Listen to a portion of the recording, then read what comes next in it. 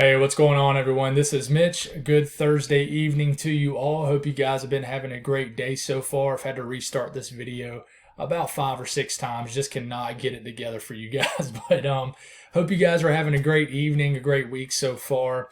And this evening's video are really going to try to break down what's going to happen tomorrow. There is a tornado risk for areas of the Carolinas, Virginia especially, and really the Mid-Atlantic is an area we need to watch, especially eastern areas of the Mid-Atlantic.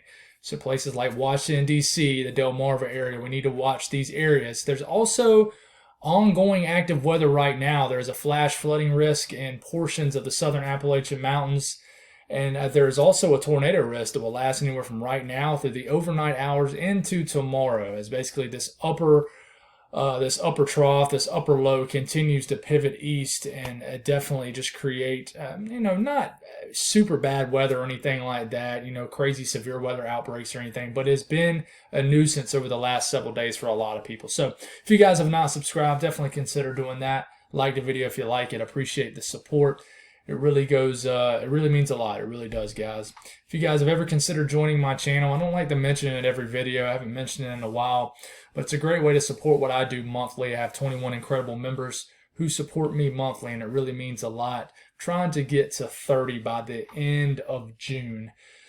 So that is a goal of mine. So I really appreciate people who support me in that way, and just people who watch my videos in general. But if you guys got anything I can pray about, it's the most important thing out of all of this. Please put it in the comments below. It gives me an opportunity to pray over it, and it gives others an opportunity to do so too. And y'all look out for one another, glorify God doing it, and encourage one another. So let's get going this evening. Now you look at this, the satellite here, the sun's starting to darken and kind of go down. Well, it is going down, so the screen's starting to darken on this side of the screen. But your eyes immediately go to the swirl, right? That is our upper low that's swirling. It's moving east. At the same time, it's ripping up all this low-level moisture, popping off all this convection in areas of Georgia, South Carolina, North Carolina, and will eventually bring a severe weather threat for this portion of the country tomorrow. Eastern areas of the Carolinas, really talking about North Carolina, Virginia, Maryland, Delaware, even all the way up into areas of southeast PA and southern areas of New Jersey. So this is continuing bringing an atmosphere prime for severe weather and flooding. It's moving so slow that the rain is continuously forming basically and going over the same areas. So that is a problem. And in fact, this is ongoing right now. We'll take a look at the latest basically radar out of Greenville, Spartanburg, and it shows showers and storms. And you see how the directional flow they're going in. They're basically moving south to north, and now there is a little bit of an eastward jog to it, but in general you see this storm right here, this moves over, and then more of this rain. For example, in Greenwood, South Carolina, good example, you guys just saw a lot of rain, some heavy rain, some storms. You'll probably get more heavy rain and storms to your south. So it's a good example of how these storms are training one after the other and just going over the same area. So it's a really big issue in the mountains. Flooding is always going to be a bigger issue in the mountains where you have a runoff with the creeks and things like that. So that's why you have these counties outlined in green. That is flash flood warnings. So flooding is ongoing in portions of these counties right now. And then you still got the tornado warnings ongoing in areas of the Triad in North Carolina, well northwest of Charlotte. There's basically a boundary setting up right in here that's helping to spin some of these storms as they're moving through. There's been some quick touchdowns already in areas of North Carolina. Well, there's been a couple tornado reports and a couple videos that came out in this area. So we need to watch out for this. And, it's very small. But if we click down here, we have basically flood watches up for these green areas.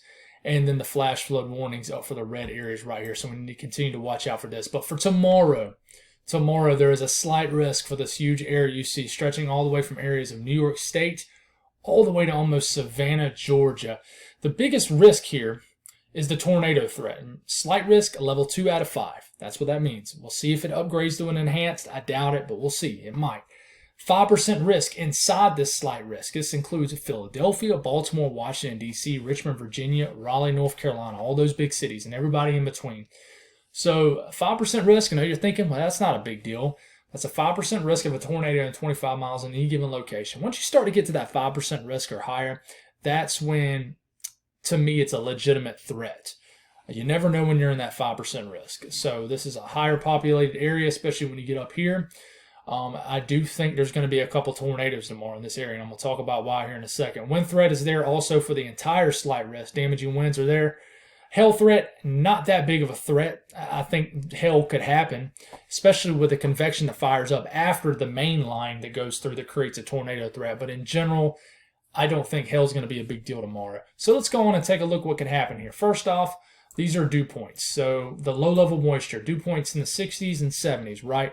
That's kind of the moisture profile as far as dew points that we look for severe weather. So we're starting this off by Friday morning. First off, if you're in the Carolinas, Georgia, but especially southern areas of Georgia, basically the eastern areas of all these states I just mentioned, Virginia, even all the way up into New York City and Boston. You're going to wake up and it's going to feel humid. It's going to feel like a summer morning. Dew points will be in the 60s and in the 70s in some locations. And basically this upper trough is going to move more stable air in place, where you got dew points in the 50s. Not necessarily bone dry air, but more stable air. But ahead of this, you're getting all this low-level moisture getting ripped up to the east of this upper level low that's pivoting out this way still and trying to move east. So you got all this low-level moisture riding up through this region. So you have plenty of low-level moisture to deal with, to work with is what I'm trying to say. So this is for around mid-afternoon, tomorrow afternoon. You got dew points into the 60s all the way up into Boston. Dew points in the mid-60s in New York City, Baltimore, upper 60s maybe in Baltimore and Washington, D.C. and areas of southeast Virginia. You got some dew point readings reaching into the low 70s. In fact, I think this is going to verify. And then you got dew points even higher. You go a little bit further south naturally. Now, in response to all these high-end dew points, you're always going to have some CAPE to deal with. But in this case, you're not going to have a ton of CAPE. We'll start this off by around early to mid-morning Friday. CAPE is beginning to rise in this area, but it's really splotchy due to ongoing convection, meaning ongoing showers and storms that will already be ongoing. But there will be areas where CAPE values at the surface will reach anywhere from 500 to 1,500, maybe up towards 2,000 joules per kilogram. You mix that with that low-level moisture, you're going to have pockets of where storms can get going. Some of these can be discrete for tomorrow afternoon for areas of Virginia, and right where this pivoting low pressure is moving in, with these CAPE values kind of spiking into this area, not very high, but enough, you're going to have some low-level shear and a low-level jet. You're not going to have some crazy low-level jet, but you don't need it. So this is starting off by Friday. Pivotal weather sometimes annoys the mess out of me with this little icon here, but you keep this rolling here, you're getting into the morning hours around midday. You already have kind of low-level winds, about a mile up in the atmosphere, pushing 30 to 40 knots. So you got a spin in the atmosphere that could rotate any storms that get going. And I'm about to show you the HRRR model as far as what the radar potentially can look like for tomorrow here in a second. But you got the wind profiles, the kinematics there to put a spin to these storms in this area. Washington, D.C., please watch out. This could be a threat day tomorrow for sure, where storms can fire up. So let's take a look at kind of the mid-Atlantic region, areas of North Carolina, Virginia, Maryland, Delaware, even West Virginia, and areas of PA and New Jersey here. And then we'll go a little bit further south and look at the Carolinas. But we'll keep this going through the morning hours, and then we're getting into about midday. You already have some storms moving through Washington, D.C., eastern areas of Virginia, moving through Maryland. So you already got this round of storms. They will be kind of developing and strengthening potentially right on top of you. If this piece of energy slows down then it's going to be a bigger threat, I think, for severe weather for this area. And I will mention these storms will have a different environment aloft to work with than these storms behind it. And I'll talk about what that means. What that means is these storms will have absolutely a saturated column, meaning it's very moist, pretty far up in the atmosphere, meaning you're probably going to have more of a messy mode of storms. They're going to be just messy, meaning you're going to be more congealed together, not as isolated or discrete. But aloft, the atmosphere will probably be improving throughout the day. And some of these, as the lapse rates kind of steepen, some of these storms could become discrete. When they become discrete, and probably the early to mid-afternoon hours around this section right here of the country, Maryland, Virginia, all the states I just mentioned, that's when the tornado risk will probably go up somewhat. So you'll have these storms that will continue to funnel into the area. The thing is this upper trough is pivoting through so slow that these storms, it's not going to be one round of storms and then it's over. There's going to be multiple opportunities for severe weather in this area. So you're getting into later into your Friday evening, well, your Friday afternoon, getting into the evening hours, and then more storms will fire up. And we'll have to see what these storms will do right here as you get into the evening hours. So just know, if you're in this entire area of the country tomorrow, severe weather is a real deal. I'm not going to call it an outbreak or anything, but there is going to be a tornado threat, and it could increase sometime overnight. Now, for my folks in the Carolinas, I'll back it up a few hours until about the middle of the night. So you're going to have continuous convection. In fact, you guys might get woken up in the Carolinas, especially maybe central South Carolina, central North Carolina, the triad of North Carolina. Y'all might get woken up by some lightning and thunder.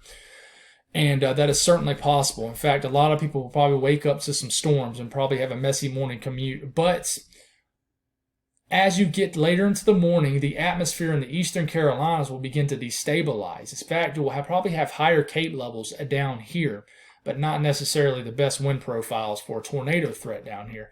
So in general, I think as we get to about midday, we'll probably have some nasty storms erupt here in the coastal plains of the Carolinas. Raleigh, watch out. And these will move eastward throughout the afternoon hours, and we'll pack a punch. Damaging winds, I think, will be a big deal down here, but an isolated tornado threat also. So we need to watch out for that also. So that's all I got, guys. Please stay weather aware tomorrow. I'm going to give you another update on this tomorrow morning. It's going to be an active day. But please stay safe tonight, especially if you're in the higher elevations of the North Carolina mountains. It's going to be pretty active throughout the overnight hours. So God bless all y'all, and I'll talk to y'all guys in the morning.